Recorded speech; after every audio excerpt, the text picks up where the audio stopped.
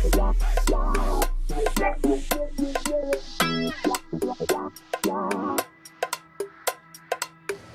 everyone, I'm John Craven, founder and CEO of BevNet, and we are here at the Livestream Lounge for the last hour of the Livestream Lounge. So stay tuned for a little bit. Really quick before we get started, I want to introduce Marty Caballero. Good to be here, John. I guess you're paid to be here, so yeah, you know. I should mention that. Yeah, good thing that you are here. Just saying. Yes. And also the one and only Ken Sadowsky. Thank you. Good to be here. I guess we call you a senior beverage advisor for Verlinvest? As long as I'm not the senile beverage advisor, I'm happy. Definitely senile, but we'll cut you a little slack here. So anyway, Ken's our first guest here. We've got a bunch more, again, for the next hour, so stay tuned. But let's get to Ken here. So, you're go for it. Hello, okay. So Ken, you've been involved in a lot of companies, Vita Coco, Sambazon, Hint, Vitamin Water. Am I forgetting any aside from Buy? And then we're going to get to Buy. So I guess congratulations on that. Thank you. I really want to thank the team. I mean, I had very little to do with that since the earliest days. And a pretty impressive run for sure, right? Very impressive run by Ben and Ari, Ken Kurtz. I mean, a lot of people deserve accolades. Not me. Not you, but what about for some of the other companies that you're still working with? Can you kind of give us a little, who's on the current roster? I know I mentioned a lot. I think you actually mentioned all of the beverages with the possible exception of Essentia Water, okay, where I'm an advisor. And then TheoCorp, which is a New Orleans-based theobromine toothpaste company. Toothpaste too, huh? Yes. Good pairing with the beverages, right? Found me through the Tulane Alumni Network. It wasn't really my first foray into, toothpaste, but they found me. There you go. Nice. Well, we had Ben Weiss here on stage yesterday, and it's great to see that the team at Buy is sticking together and they're kind of keeping that core identity. How important and then how easy is it when a company does get purchased to sort of retain the either the personnel or just really the spirit of the original company when it passes to a new ownership?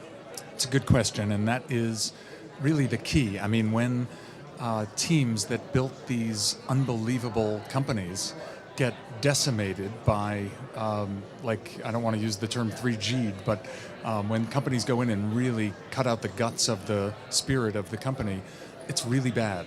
And so DPS has no experience that I know of in this game. I'm hoping that they keep pretty laissez-faire and let Ben and his team do their thing. And you mentioned vitamin. What is this? You mentioned Vitamin Water earlier. What is this sort of the sale? This large purchase, I think one of the biggest since Vitamin Water. What does that sort of signal? Does that send out to the industry as a whole?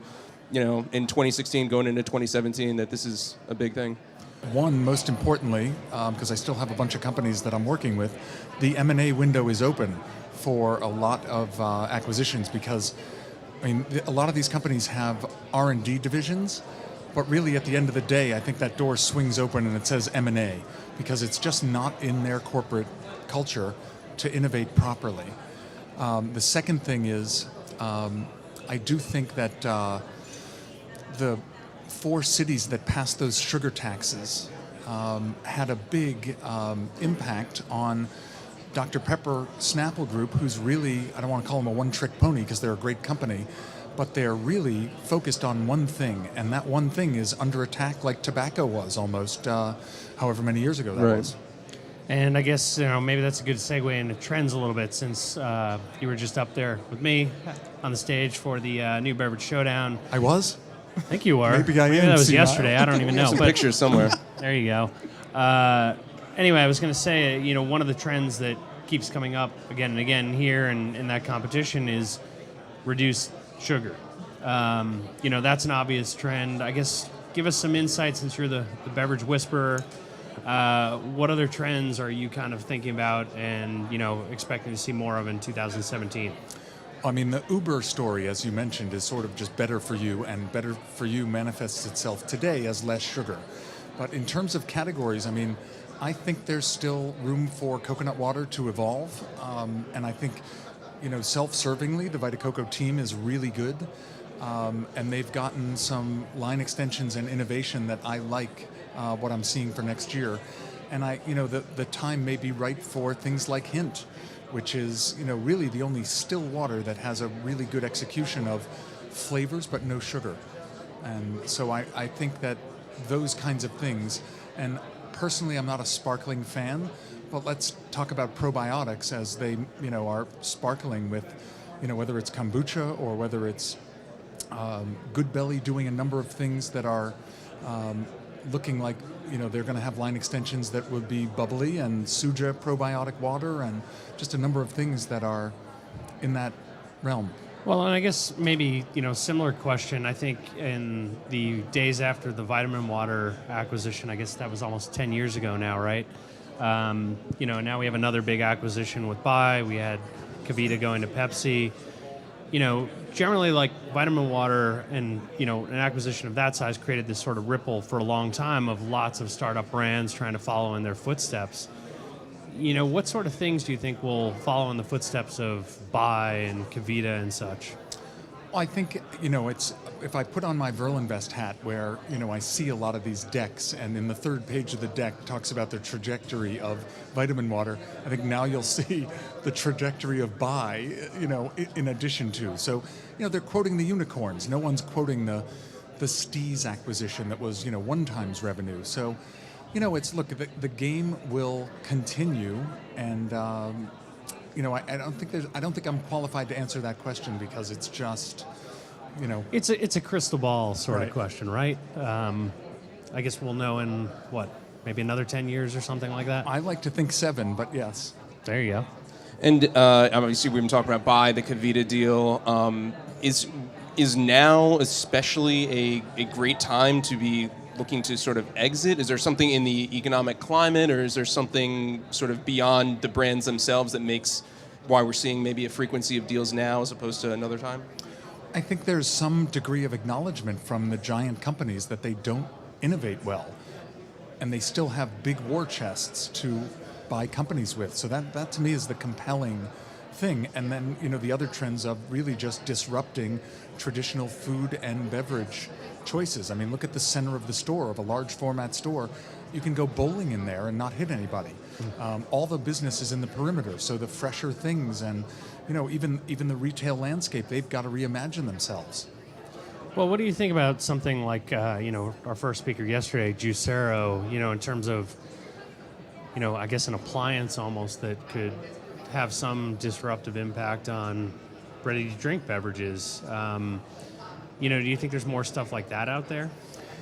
It's not really directly aligned with what I'm looking for. I mean, it would be really disruptive to me to see something like Juicero make a huge impact. I'm not saying it won't, but I don't see it tomorrow. Fair enough. Well, it's kind of a question for both of you guys because you were involved in the judging the showdown. Where obviously there's flavor, packaging, there's a lot of different criteria. If you had to say which one maybe weighed the most heavily when you're trying to, judge these new brands, is it always going back to taste, or what really is going to be the primary thing there? Well, that's a tough question. I do think that something that tastes really bad will never succeed because it has awesome packaging and functionality, I guess. I don't know if you disagree. I suppose maybe there's, Red Bull or something as an example that disproves what I just said, but I don't know. What are your thoughts? Well, my thoughts are that you're exactly right. For a refreshment beverage, if it's supposed to be a refreshment beverage, it better taste good. It better be in the bottle now. Not that it can't be tweaked, but you never get a second chance to make a first impression in this business. The other side of that is the functionality side, where you say, Red Bull doesn't taste good. Well, I'll take Red Bull sales any day of the week. Right. So it just depends on what the raison d'etre is for the brand. Right, and we've also seen a lot of brands that sort of cover multiple categories: functional, refreshment, energy, protein, antioxidants, different things. So are we going to continue to see more segmentation, or are we going to continue to see them coming together and sort of being a one-size-fits-all type of drink? Well, I guess my impression is when a brand launches, they should stay focused, because especially entrepreneurs that are bootstrapping, they don't have access to all this capital. So stay focused, and once they've proven their initial concept, which I think shouldn't be too confusing, the secondary and tertiary components are, where do consumers give them permission to go? And then it's sort of a timing issue, and then there's, so I guess that's my overall thought. Sure. Great way to end. Well, I guess we're out of time. Thank you very much, Ken. Thanks so much, Ken. Thank you.